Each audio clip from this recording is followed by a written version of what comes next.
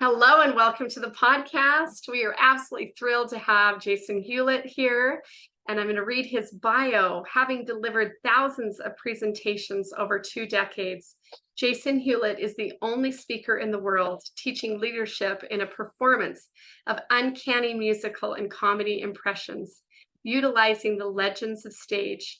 The promise is a keynote speech that feels like a show, with proven processes and immediately implementable takeaways to transform your business and leadership skills.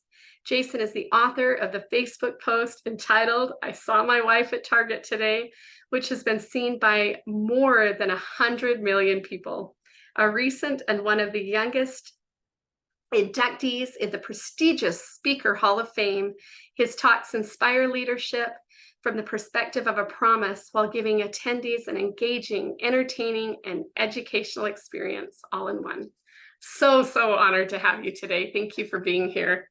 Thanks for having me. How are you? I'm so good. How are you today? You look like you're ready for a podcast. Here we go. I am. And I just am so grateful. I got to meet you. It's really funny. I don't know if you know this story, but I started at the National Speakers Association, and I knew you were important, but I didn't really know how important, right? Oh gosh, that's And, funny. and and really truly, I just got brave and went up and asked you a question. I don't even know if you remember this, but I told you that I was wanting to start speaking and sharing my message, and you asked me one question, and that question was, did God give you a message to share? And I looked at you in the eyes, and I just like had chills head to toe, and I got emotional, and I didn't want to cry because I didn't know you, right? And I said, yes, I have a message to share. And then I think you said the words, well, then how dare you not share it? Then go do it. And the thought came to me, heck yes, I'm going to go do this. And I have for this last year, I have shared my message. I have been able to create this podcast all because of that question that was so inspiring, Jason. I'm putting my arms up for you and I'm cheering for you and I'm clapping and I'm so impressed that you've done it because yeah, God does put it in us and it's our opportunity and our responsibility to share it. So I'm very proud of you. Good job. And you're doing great Wow. things. I'm really grateful, and even creating this podcast to help other people find ways to share their message and get out there. And I'd love to hear, like, how did you get started? I had you to ask this question, and we know a lot of wonderful things about you, but what kind of led you onto this journey of speaking and helping people and such fun comedy? What would you say? Well, candidly, my career began, I believe, when I was in grade school as a young boy, just realizing that I could make people laugh. And so doing impressions of the teacher or of movie characters and singers and things that I could do naturally, that was really the first place that I realized I could do something that was unique. And it wasn't until I was a missionary in Brazil for 2 years for my church that I realized, wow, this translates even when I don't speak the language well. And so I was making people laugh even while I was supposed to be teaching them the gospel of Jesus Christ. And that was an interesting thing to realize. People wanted to be entertained. And then I could then draw in the spirit of what I was doing. And so I thought, combining both is a wonderful thing. When I was 21 years old, I was done with that service. I came back home to Utah and I decided I wanted to get into the performing business. And even though I had scholarship offers to major universities and it was assumed that I would be going to school and doing kind of the traditional route, instead I began work on a show of music, comedy impressions, and I spoke at firesides, which are like events that my church puts together for youth usually. And I would speak at those fireside events where young people would listen to me, even though they were about 5 years younger, but talking about how we could live our dreams, but we could also live on purpose and in faith. And so as I did all of those things all at once, I I found myself in Las Vegas as a Las Vegas entertainer. As crazy as that sounds like a big transition. Really, it wasn't because I'd been working on performing for so long. And I just had the right connections because of my father, who was very connected with the right people, as well as a couple of mentors that I've written about extensively: Chris Polis, Coach Tony Ingle, some people that opened doors for me that made my life really amazing right away, to have opportunities in front of major producers in Las Vegas and be a performer. But it mostly comes back to my dad, John Hewlett, who was able to get me in front of the right people. And I'm so thankful for all of the mentors that opened the doors. So when you ask, how did I get started? I guess the long answer is truly, I've been doing it my whole life anyway. And I believe that I was meant to do what I am doing. That's why I feel that I have the confidence I do in it. And even though I'm still trying to improve every day, as we walk in our humility and in a fine balance of confidence as well in what we know we're supposed to do, I believe we can succeed in that. And so that's how I've made my career. I've been doing this now. Gosh, Talia, I'm 45. So I've been doing it for almost a quarter of a century. It's incredible. Well, you've only got a year on me. I just turned 44, so you're a little Yeah. older. Well, it's funny because I met one of your friends. We met her, Candace, and she kind of leaned over and said, "Yeah, I grew up going to school with Jason." I said, "Really?" I said, "What was that like?" And she's like, "Honestly, he was hilarious, even in kindergarten. Like he would do the funniest things." She started to tell me a little bit, but we felt like we were kids in the back of the class talking, so she didn't tell me at all. But she was so funny to just say, "You did just you kind of always been this way." I was curious when you led on that and on your mission, like what things would you do? I mean, that is such a difference with a language barrier. I mean, you've got such great expressions. I'd be curious to hear or see how you engaged people, what started with you sharing that part of, your religion through the humor. That's a great question. And the challenge for the people that are only listening is they may need to go to YouTube to watch this, because what I did as a missionary Yeah. was you would have to knock on doors, and it's not a knocking door situation with your hand on a door. There's actually a fence. And so you'd have to clap Uh-huh. from outside of the fence to try to get someone to realize you're at their door. Oh, And wow. they would look out and they would see missionaries, and they were used to missionaries bugging them, wanting to come in their house. And so I would say, "Hey, we have something to tell you." And they were like, "We've already heard you." And I would do my choppy Portuguese version of that. And they Uh-huh. would say, "We've already heard your message. We don't need anything else from you." And I'd say, "We have something new," which in reality we didn't. Yeah. But I knew they had never seen anyone like me. And so and they would say, "Well, what do you mean you have something new?" And I'd say, "Could the others do this?" And I'd do this thing with my lips. You And then have they to would check go, out the YouTube link. This is incredible. yeah, and they'd go, "No, no, no one's ever done that. Come in." And so then I'd go up, to their kids and sit on the couch, and I'd be like, "Hey kids, how are you doing?" And I'd be like Mickey Mouse and Donald Duck. I'd be like, "Oh boy, hi everybody." And they're like going and getting their friends outside and running in, and other parents would be coming over. And so we would almost have like a gathering in the house, because I was doing these wacky voices, impressions, things like a velociraptor from Jurassic Park. The movie had just come out. This was late 1990s, and so I'm like running around like a raptor. I'm like, and the kids are running, ah! And the guy I was with, who's another missionary companion, who's sitting there like, "What the heck is happening?" And so I learned quickly that even if I didn't speak the language perfectly, we could connect in a comedic way, and then we would get everyone laughing and gathered around us, and then we'd say, "Can we teach you about our message about Jesus?" And they'd be like, "Yes, please." And so that was kind of how it all began. And what's cool about that is that I think that all of us have what's called a signature move, something we're known for, and a lot of us are known for many signature moves. And I think that's what's cool about the fact that you met Candace. Her name is Candace Christiansen from my youth, but her name is now Candace Christiansen Noss. And she's a life coach, and she's incredible. I mean, what a wonderful, generous spirit and human she's always been. She was one of my first friends as a kid. And we grew up in a place called Park City, Utah, which is very rare to grow up in Park City, Utah. It's a Mhm. small ski town way back when. Mhm. And I remember meeting her. She was smarter than everybody else. She was the best athlete on our all male soccer team, except for her. She scored all the goals. She was just an incredible athlete. Like she had life figured out from the get go. And so that's why she's a great coach and speaker that she is now. But I remember I asked her to prom, and that was a wonderful experience as well. You know, we were just such dear friends. So it's fun to see someone succeeding that way and to realize that she's taken all of the greatness that she's had ever since she was young and turned it into her career as a public speaker, as a life coach, as a person who has it all together. And even though she feels like, you know, she hasn't had it all together, so now she's teaching women how to get through their challenges to having the best life possible.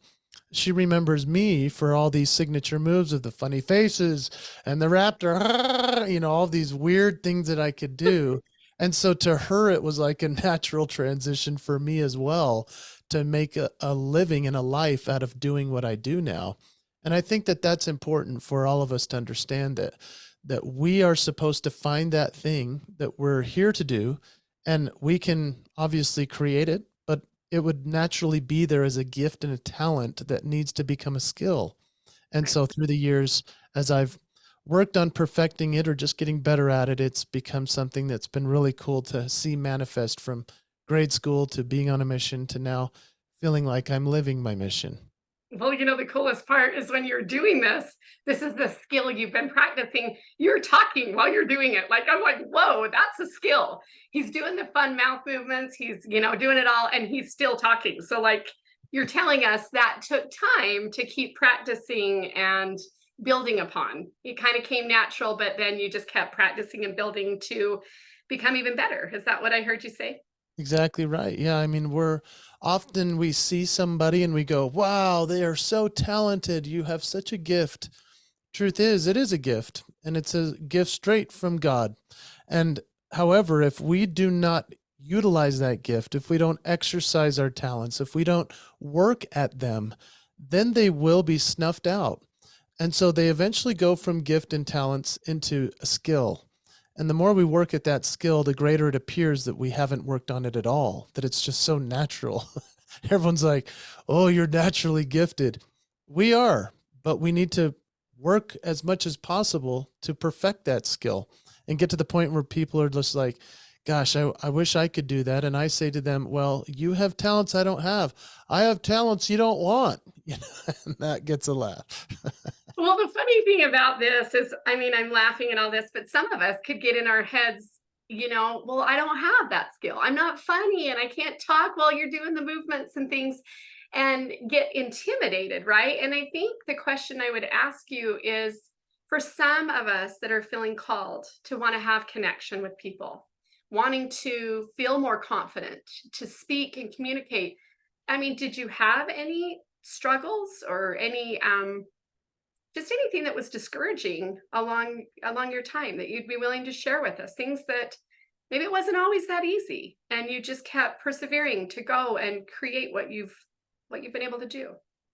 That's a great question. And you know that what is that quote that comparison is the thief of joy? Yeah. You've heard that?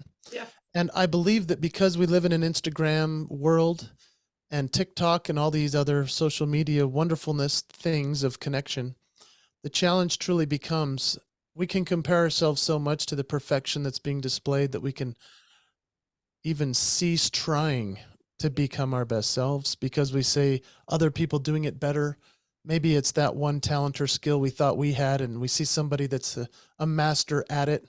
It's almost like if you were an artist and then you lived at the same time as Da Vinci. Mhm. Imagine how many artists would watch Da Vinci and say, well, I guess I don't need to paint. Right. And Right. so that's the exact same thing that's happening on Instagram.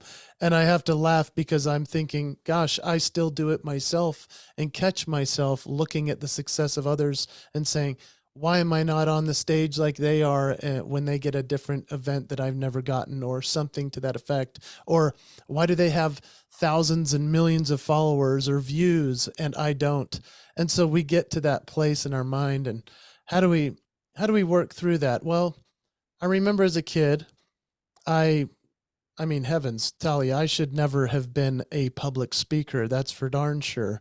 I was Why is that? I was incapable of even getting past kindergarten due to reading and speaking essentially. So I grew up with a very strong speech impediment. I had a really challenge with my aws and my etheth and my teeth, and there were issues with my language. So I went to a speech pathologist, and I worked through that as a kid. My mom had to come and sit next to me after class every day in kindergarten to get me through into the next year of first grade. And I remember the challenges of reading, paying attention, keeping track of things, being able to write, and write not just ridiculousness, but there are interesting things when it comes to what we're supposed to do and when we have the drive or determination to still get through it. So, yeah, I did have some challenges as a kid with that. I also had challenges with connection. I mean, I made people laugh, but to a certain extent, you get to the point where you think maybe they only like me because I make them laugh. Can I be the guy that's not just funny? Can I just be serious? And Mhm. then if you're serious, they think you're sick or you're having a bad day when you're like, I just don't want to put on a show today. And so getting through all of that is a fascinating experience. But coming to the place of knowing that you're who you are and what you should be doing and how you should be doing it, that's a really big place to come to. And as a kid, I worked very hard to not only make people laugh, but also to be someone that the teachers could look to as a leader. And I wanted to do both. I wanted to make my friends laugh, but also make the teachers realize that I'm not just a goof off. And so finding that fine balance, that connection was important for me. And through the years, getting to the point of making a living as a speaker, it's almost baffling to some people that have known me back from way back when, versus a friend like we mentioned earlier who says, oh, of course. I mean, that's naturally what he should have been. Yeah, Not everybody thought that. right, right. That she saw the best in me, and other people would look at me now and say, gosh, I never saw that coming in him. And so that's interesting, isn't it, how we all Yeah. have that. It's interesting. I love everything you're sharing. I had no idea. You would never know that you had gone through that with your speech. And then thank you for being vulnerable and even sharing, because some of us have these lenses of like, oh, they were meant for this. They didn't struggle. They didn't have anything. But working with kids that have like learning disabilities and just some dyslexia and other things, and speech, we've got cousins and stuff. It's something that takes work and time. And so good for you for getting through that, for learning, how you could overcome it and be stronger, and even being willing to share it with other people, that they can do it too. That if you're able to do hard things, that they can too, right? And Yeah, overcome. I appreciate you even bringing that up. And I haven't shared very often about the speech things. And candidly, I was eventually held back in ninth grade. I did it twice. Mhm. And what was tough about that is that everybody's like, why didn't you get through? And for me, being held back was a big deal. I got to finally kind of catch up with all the learning that I was so behind with. And I didn't have confidence in myself as a learner, as a reader, as a writer. It's hard when a teacher receives some of your work and says, you'll never be a good writer, and you have a dream in your mind that you're going to be an author. That's a weird space to be in, but I knew someday I would write a book, and I knew someday I would be speaking for people. I eventually got to be in leadership and positions at school, but to think, I'm not I'm not good at these things naturally. I'm not good at school. I'm not good at memorizing anything and regurgitating it back. I was good at creative thinking, but the creativity was too far beyond what the teacher wanted. And so I was I failed frequently, And I say that failing frequently equals success. We need to throw enough stuff at the wall in order to see what will stick. Ooh, I And I like that. believe that truly for me, my life is literally come down to enough failures that I finally succeeded at something. And I'm grateful that all of these failures haven't necessarily been promoted, but I do know that I fail frequently on stage, even though I make a living at this. I fail in my own opinion, whereas the audience thinks it's successful. And that's a very interesting line as well. Yeah, that really is, because we have this expectation of what we expect and what we see in ourselves. And sometimes, even if others see it, like, right, as we're doing it, we've got to believe in ourselves. Because when we believe in ourselves, truly, I really believe other people believe in us too. And what I find interesting is even at ninth grade, you had a thought about writing a book and about speaking that early on. Was that what I heard you say? That's correct. Because what you shared is so powerful. I think so many of us are trying to work through our own internal thoughts, our own expectations of ourselves, our own beliefs and thinking, and what other people put on us. You'll never be good enough to do this, or you're not meant to. And rising above all of that. I see my daughter. I'm going to share this really quick because she's 17, and she had some dyslexia, and I think she's open for me to share this. Is that she learned to what was the word? Not work harder or smarter, but she learned that she does work harder. Things came a little easier to my son, but he didn't feel like he had to work as hard. For her, she put in the extra time and the energy and do that. And I see her being successful in so many other areas because she learned how to work hard and work through challenges. So when you said that about the failures, I really believe that they're really not failures. They're just helping us be able to get to the goal, right? They're actually gifts. And I don't know how you feel about it, but I really look at these things as gifts to help us become greater and stronger if we choose to see them not as failures, but becoming who we're meant to be. Awesome. That's great. And I really admire your daughter for the grit. That would be the word.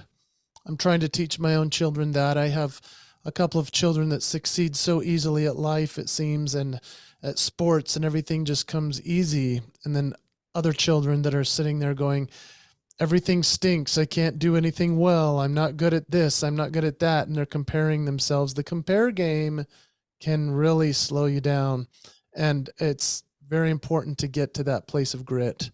And so I'm really happy for you and your daughter for her discovering that and getting there. I do hope I can ingrain that into my children, because I'm telling you, if everything's smooth and dandy all through your grade school, you're going to come up against a roadblock and you're going to see competition. There'll be people outside of the small pond, and you're the big fish. You're all of a sudden going to be in the ocean. And how do you compare or compete? The question really comes down to, what are your signature moves? What are your gifts and talents? Have you tried out enough things to figure out, oh yeah, I can do this. I'm good at this. I mean, I wrote about it in my book where when I was held back in ninth grade, I moved to a new school. It was a private school. It was called Waterford, which is a beautiful school in Sandy, Utah, a very expensive private school my parents sent me to. I got there and I was older than everybody in the ninth grade because I was held back. So it was the first time I was the oldest in my class. I was essentially shaving and driving as a as a ninth grader. It was hilarious. But here's what happened. I found out pretty quickly that the funny guy was not as accepted right away. And so then I thought, okay, what other talents could I do to make them like me?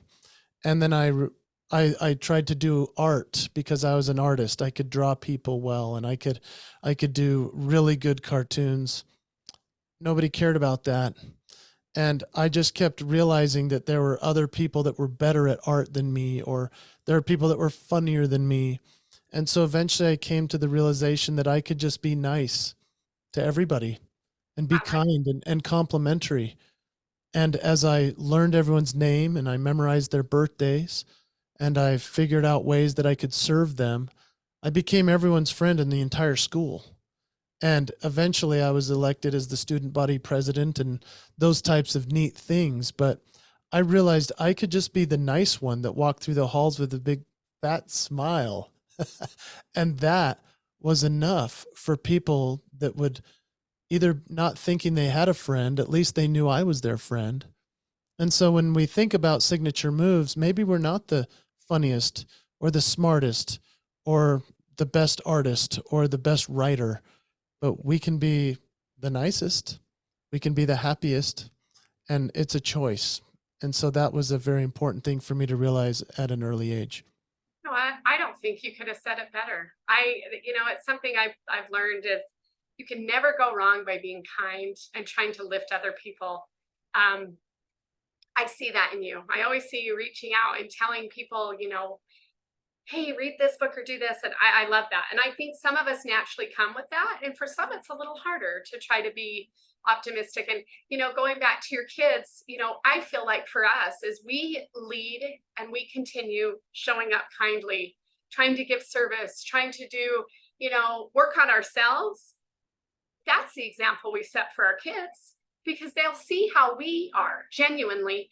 And how amazing that a couple of your kids are having trials because they'll be better because of it. And looking at that as a gift as we talk to them and just, and I've said to my daughter, I never worry about you. I just don't worry about you in life. You're going to be amazing. And I really believe that because that grit, like you talked about, is what's helped her become who she is. So awesome that we have these kids that are struggling.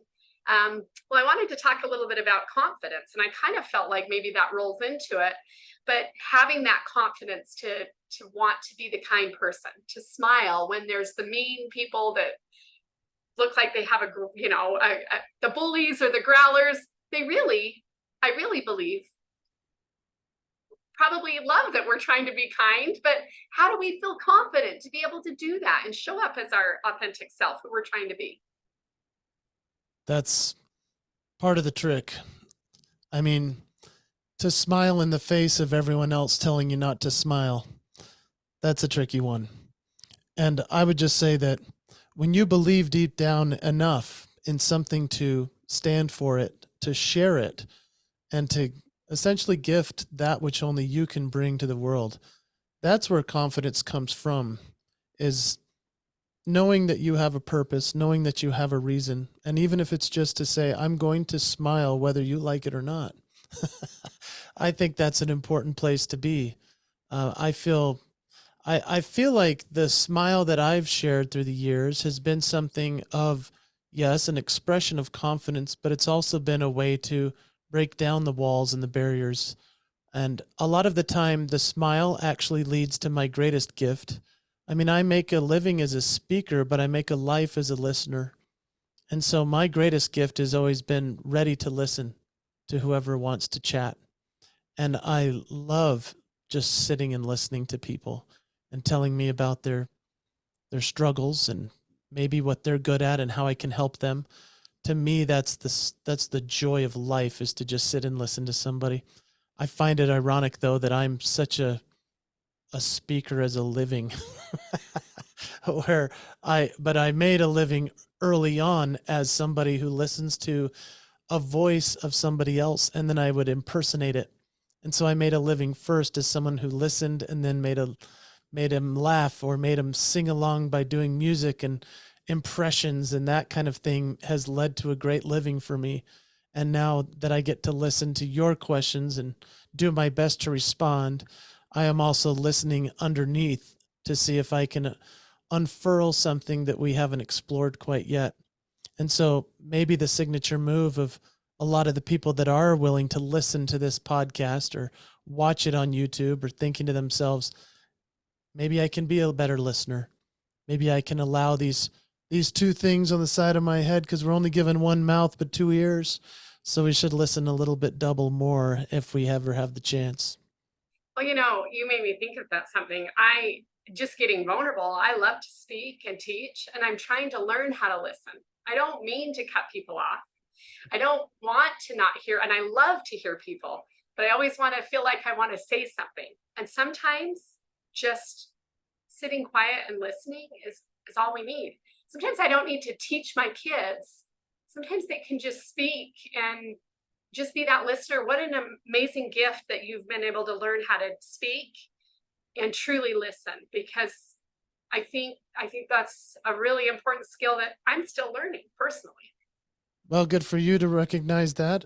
And equally, I think that there's a place or a space of confidence that comes with listening to somebody talk and not just preparing what you're going to say, but rather listening to what you can ask again for them to say more. And that's a really special place because often we can hear somebody ask us a question and we can just go right in and respond and, and start talking right over it or giving our great example or ideas. But it's really special when somebody says something, asks a question, or just gives you something in a conversation. And then you say, tell me a little bit more about that. I'm curious how you got to that place. And then they do.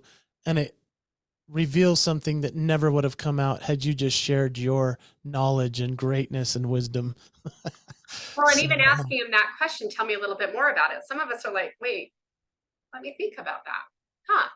And it lets us just dig a little deeper to be able to those questions are powerful. So I absolutely love that. And I heard a quote, I don't want to mess it up, but it was what's the most important curve on the body? And it was the smile.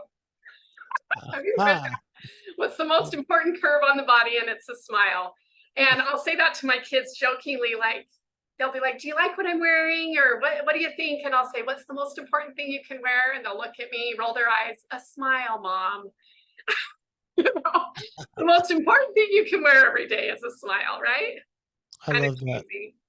Well, You sound like an incredible mom, and those are some lucky kids. And I'll tell you, as a dad of 4 kids, obviously I follow the lead of my wife, who's just brilliant at this mothering thing. And she's an incredible wife as well. So I got the double whammy of joy with this wonderful woman. But I'll tell you, those kids, there's nothing like the laboratory of learning of being a father and just sitting there and thinking, I thought I knew what I was going to do when this all came to pass. And now I really don't know if I know anything.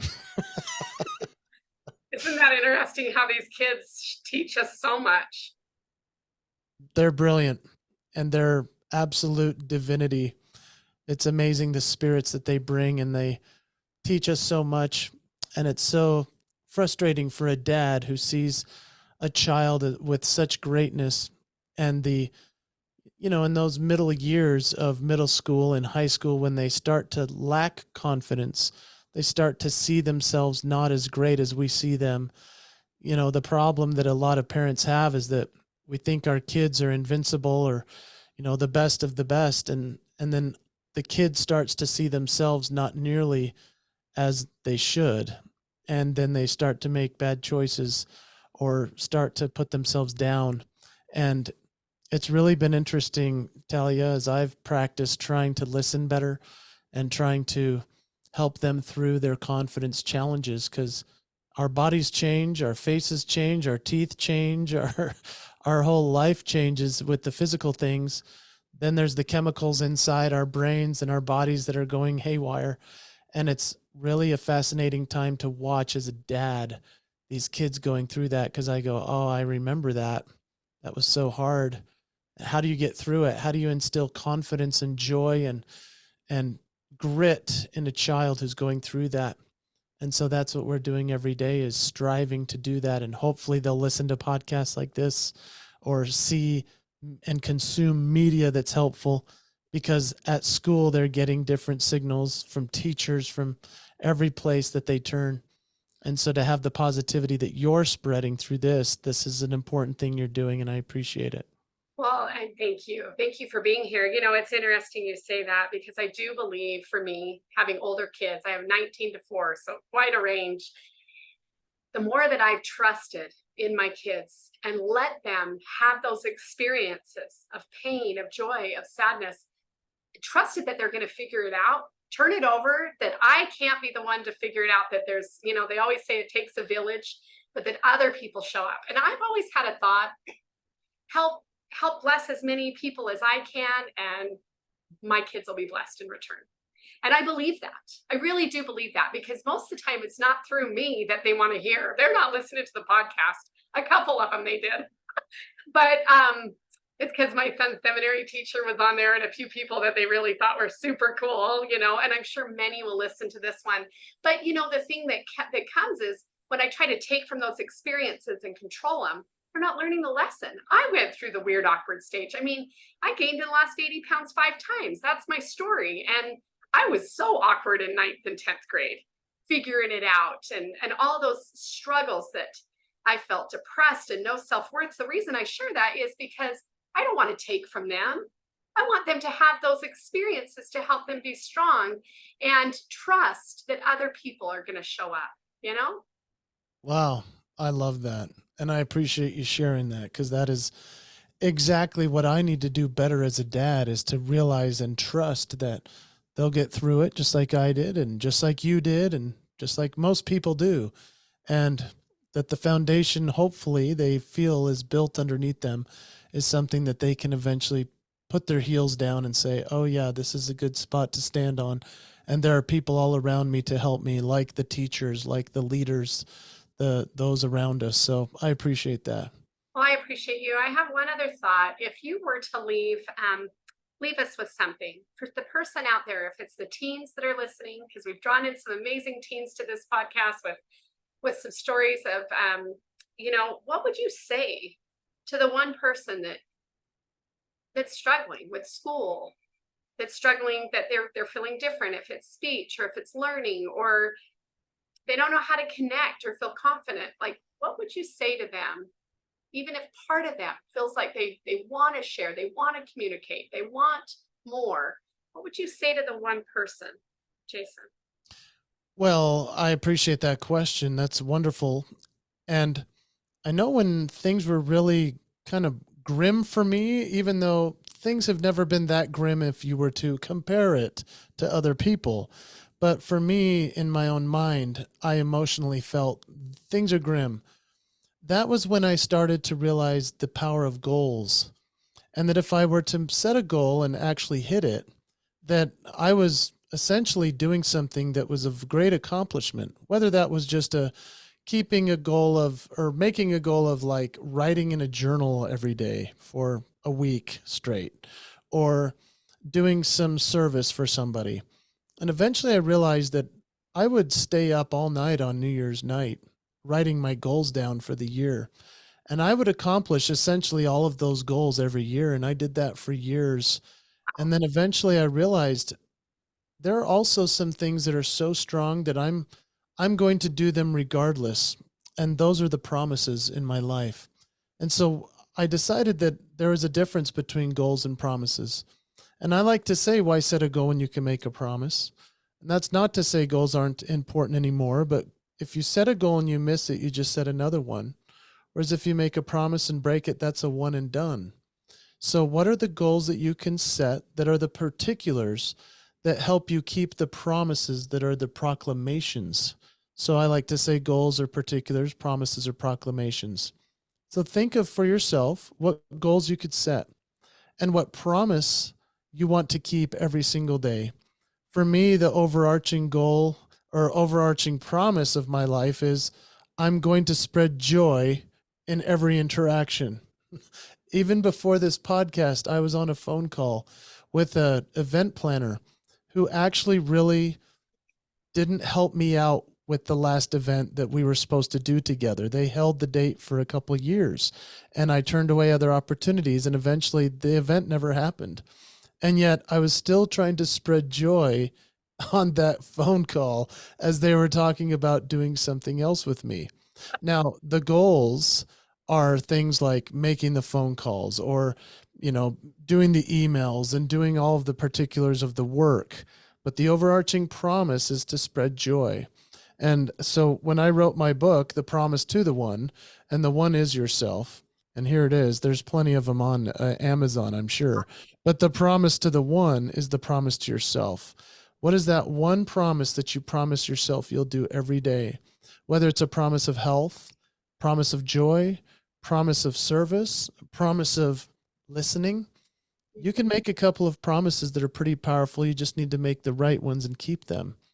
And all the other goals fall into place so that you can achieve that.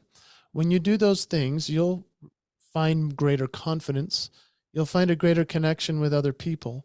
And you'll find that you are living the promise that you're meant to come here to find and discover for yourself. And when you do that, your life will be rich and blessed, and you'll be the blessing in other people's lives that they're needing. And I know that the people that are listening, every single person listening, has great signature moves that the world needs. And how dare you not share them? How dare you Because not? you need to live the promise, and you've got this. Oh man, Jason, that is so wonderful. You know what? That just is encouraging. And even for those that are like, but I can't promise to do the big things, we can smile a little more. I mean, we can look at someone in the eyes that's got their head down in the halls at school. I mean, the bullies that are bullying maybe just want a little bit of love and kindness, and share joy to the teachers that are overburdened from all the kids on their cell phones. And right, like we can do the little things. I love how you're saying that. It doesn't have to be big, just one promise that we're going to be a little better every day. I love how you say that too. And a lot of times I've proclaimed that the promise is aspirational and that it's far reaching, but honestly, the more I've spoken about this around the world now, I'm realizing that the promise is a low-hanging fruit.